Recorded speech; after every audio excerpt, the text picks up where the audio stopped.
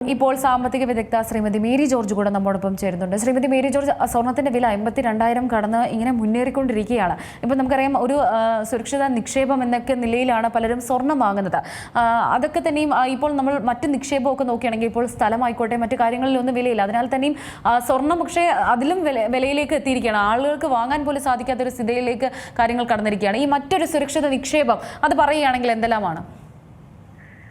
മറ്റ് സുരക്ഷിത നിക്ഷേപത്തിലേക്ക് പോകുന്നതിന് മുൻപായിട്ട് ഞാൻ ഇത് തന്നെ ഒന്ന് പറയട്ടെ. അതായത് ഇപ്പോ സ്വർണത്തിന്റെ വില കൂടാനുണ്ടായ പ്രധാനപ്പെട്ട കാരണം അമേരിക്ക തുടങ്ങി വെച്ച വ്യാപാര യുദ്ധമാണ് ഒന്നാം സ്ഥാനത്ത്. രണ്ടാം സ്ഥാനത്ത് പശ്ചിമേഷ്യയിലെ സംഘർഷം. കഴിഞ്ഞ ദിവസം ഖത്തറിൽ വെച്ച് ഹമാസിനെ ഉന്മൂലനം ചെയ്യാൻ വേണ്ടി ഇസ്രായേൽ നടത്തിയ ബോംബിങ്, അതിനെ തുടർന്ന് കഴിഞ്ഞ ദിവസം ദോഹയിലുണ്ടായ മീറ്റിംഗ്, അതിൽ അവരെടുത്ത തീരുമാനം, ഇതൊക്കെ പശ്ചിമേഷ്യ സംഘർഷം കുറയ്ക്കുകയല്ല കൂട്ടാനുള്ള സാധ്യതകളാണ് ഉണ്ടാകുന്നത്. അപ്പൊ ഇപ്പൊ അമേരിക്കയിലേക്ക് തന്നെ തിരിച്ചു വരികയാണെങ്കിൽ അമേരിക്കയിലെ ഫെഡറൽ റിസർവ് സിസ്റ്റത്തോട് ട്രംപ് ഭരണത്തിൽ പ്രസിഡന്റ് ആയ നാൾ മുതൽ റേറ്റ് ഓഫ് ഇൻട്രസ്റ്റ് ഫെഡറൽ റിസർവിന്റെ റേറ്റ് ഓഫ് ഇൻട്രസ്റ്റ് കുറയ്ക്കാൻ ആവശ്യപ്പെട്ടു. പക്ഷെ അവിടെ ഇപ്പോൾ തന്നെ ഒരു ഇൻഫ്ലേഷണറി സിറ്റുവേഷൻ നിലനിൽക്കുന്നത് കൊണ്ട് ജെറോം പവൽ, ഫെഡറൽ റിസർവിന്റെ തലപ്പത്തിരിക്കുന്ന മാന്യൻ, അദ്ദേഹം അതിന് തയ്യാറായില്ല. ട്രംപിനെ പോലും വെല്ലുവിളിച്ചുകൊണ്ട് അദ്ദേഹം അതിന് തയ്യാറായില്ല. അവസാനം ട്രംപ് ഒരു കമ്മിറ്റിയെ നിയോഗിച്ചു. കമ്മിറ്റിയോട് പറഞ്ഞു, നിങ്ങൾ ഈ തീരുമാനം എടുക്കൂ, റേറ്റ് ഓഫ് ഇൻട്രസ്റ്റ് കുറയ്ക്കാൻ. അങ്ങനെ ഈ ആഴ്ച റേറ്റ് ഓഫ് ഇൻട്രസ്റ്റ് കുറയ്ക്കും എന്നാണ് കേൾക്കുന്നത്. അങ്ങനെ ഈ ആഴ്ച ഫെഡറൽ റിസർവിന്റെ റേറ്റ് ഓഫ് ഇൻട്രസ്റ്റ് കുറയ്ക്കുകയാണെങ്കിൽ ഡോളർ കുറച്ചുകൂടി താഴേക്ക് പോകും. അതായത് ഡോളറിന്റെ മൂല്യം, റേറ്റ് ഓഫ് ഇൻട്രസ്റ്റ് കുറയ്ക്കുന്നതോടെ ഡോളറിന്റെ മൂല്യം കുറയും. ഡോളറിന്റെ മൂല്യം ഇപ്പൊ 87 നിൽക്കുകയാണ്. ആ ഡോളറിന്റെ മൂല്യം താഴേക്ക് വരും. ഡോളറിന്റെ മൂല്യം താഴേക്ക് വരിക എന്ന് പറഞ്ഞാൽ സ്വർണത്തിന്റെ മൂല്യം മുകളിലേക്ക് പോവുക എന്നാണ് അർത്ഥം. കാരണം ലോകത്ത് നമ്മുടെ ധനം സൂക്ഷിക്കാൻ, അതായത് ധനം ലിക്വിഡായിട്ട് പെട്ടെന്ന് ലിക്വിഡാക്കാൻ, പണമാക്കി മാറ്റത്തക്ക രീതിയിൽ സൂക്ഷിക്കാവുന്ന ഏറ്റവും നല്ല ഉൽപ്പന്നമാണ് സ്വർണം. സ്വർണം കഴിഞ്ഞാല് അമേരിക്കൻ ഡോളറും കഴിഞ്ഞാല് സ്റ്റോക്കുകൾ, ഷെയറുകൾ. ഈ 3 രീതിയിലാണ് ഏറ്റവും ഈസി ആയിട്ട് ധനം സൂക്ഷിക്കാവുന്നത്. അതില് ഷെയറുകൾ വ്യാപാര യുദ്ധം പോലെ അടിക്കടി മാറിക്കൊണ്ടിരിക്കുന്നു, ആടി ഉലഞ്ഞുകൊണ്ടിരിക്കുന്നു. അമേരിക്കൻ ഡോളറും വ്യാപാര യുദ്ധം കൊണ്ട് തന്നെ ആടി ഉലഞ്ഞുകൊണ്ടിരിക്കുന്നു. ഇപ്പൊ സ്ട്രോങ് ആയിട്ട് നിൽക്കുന്നത് സ്വർണം മാത്രമാണ്. അതുകൊണ്ടാണ് സ്വർണത്തിന്റെ വില കൂടിക്കൊണ്ടിരിക്കുന്നത്. അപ്പോൾ ഇനി rate of interest, federal reserve സിസ്റ്റത്തിന്റെ റേറ്റ് കുറയ്ക്കുന്ന പക്ഷം സ്വർണത്തിന്റെ വില 82,000 നിന്ന് ഒരു പക്ഷേ 85,000 90,000 വരെ പോകുന്നത് നമുക്ക് കാണാൻ പറ്റും. അപ്പൊ താങ്കളുടെ ചോദ്യം, എങ്ങനെയാണ് സാധാരണക്കാരുടെ ആവശ്യങ്ങൾ നിർവഹിക്കുക എന്ന് പറഞ്ഞാല് സ്വർണത്തിൽ തന്നെ നിക്ഷേപിച്ചേ പാടുള്ളൂ എന്നില്ല. സ്വർണമല്ലാതെ ഞാൻ നേരത്തെ പറഞ്ഞതുപോലെ ഷെയറുകളുണ്ട്, അമേരിക്കൻ ഡോളറുണ്ട് എന്നൊക്കെ പറഞ്ഞു. അതിലേക്കൊന്നും പോകണ്ട. തൽക്കാലം നമ്മുടെ കയ്യിലുള്ള ധനം അത് ഏത് തരത്തിലിരിക്കും, നമ്മുടെ ഇന്ത്യൻ റുപ്പിയായിട്ട് തന്നെ ഇരിക്കട്ടെ, അല്ലെങ്കിൽ അതിനെ ബാങ്ക് അക്കൗണ്ടിലേക്ക് മാറ്റുക. ബാങ്ക് അക്കൗണ്ടിലേക്ക് മാറ്റുമ്പോൾ അതിന്റെ റേറ്റ് ഓഫ് ഇൻട്രസ്റ്റും കൂടെ കിട്ടും. അങ്ങനെ തൽക്കാലം ഇരിക്കട്ടെ. അപ്പൊ എങ്ങനെയാണ് കുട്ടികളെ കല്യാണം കഴിച്ചയക്കുന്നത് എന്നൊക്കെയുള്ള ആദിയാണ് എങ്കിൽ കല്യാണത്തിന് ലൈറ്റ് വെയിറ്റ് ഗോൾഡ് എന്നും പറഞ്ഞ് ഏത് സ്വർണ്ണക്കടയിൽ പോയാലും കിട്ടും. 1/2 പവൻ സ്വർണം എടുത്താൽ 10 പവന്റെ പുകഴ്ചയില് ആഭരണം ചെയ്ത് തീർത്തിരിക്കുന്നത്. അപ്പൊ അങ്ങനെ വിസ്മയിക്കത്തക്ക രീതിയില് തീരെ കുറഞ്ഞ സ്വർണം കൊണ്ട് നല്ല ആഭരണങ്ങൾ ഉണ്ടാക്കാം. അത്തരം വളരെ കുറച്ച് ആഭരണങ്ങൾ മാത്രം വിട്ട് തൽക്കാലം നമ്മുടെ പെൺകുട്ടികൾ കല്യാണത്തിന് തയ്യാറാവട്ടെ. അതുപോലെ തന്നെ അതിനേക്കാളും മനോഹരമായ മറ്റൊരു ഐഡിയ ഉണ്ട്. ഇപ്പൊ എല്ലാവരും അത് ഫോളോ ചെയ്യുന്നുമുണ്ട്. അതായത് സ്വർണം പോലെ തന്നെ ഇരിക്കുന്ന സ്വർണത്തെ വെല്ലുന്ന ഡിസൈനോട് കൂടിയ മുക്കുപണ്ടം എന്ന് കേട്ട് മൂക്ക് പൊത്തേണ്ട കാര്യമില്ല. മുക്കുപണ്ടമാണ് നമ്മുടെ ദേഹത്തുള്ളത് എന്ന സംശയം തോന്നിയാൽ മതി. ഒരു കള്ളനും നമ്മുടെ ദേഹത്ത് കൈവയ്ക്കില്ല സ്വർണം പൊട്ടിക്കാനും ഒന്നും ആയിട്ട്. അപ്പൊ നമുക്ക് സേഫ്റ്റി ഉണ്ട്.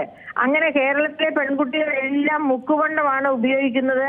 ഉള്ള യഥാർത്ഥ സ്വർണം അവനവന്റെ വീട്ടിലെ അൽമാരിയിലോ അല്ലെങ്കിൽ ബാങ്കിലെ ലോക്കറിലോ വെച്ചിട്ട് പിന്നെ ഇട്ടിരിക്കുന്നത് മുക്കുവണ്ടമാണെന്നുണ്ടെങ്കിൽ ഒരു തരത്തിലും നമ്മളെ അറ്റാക്ക് ചെയ്യാനായിട്ട് ആരും തയ്യാറാവില്ല.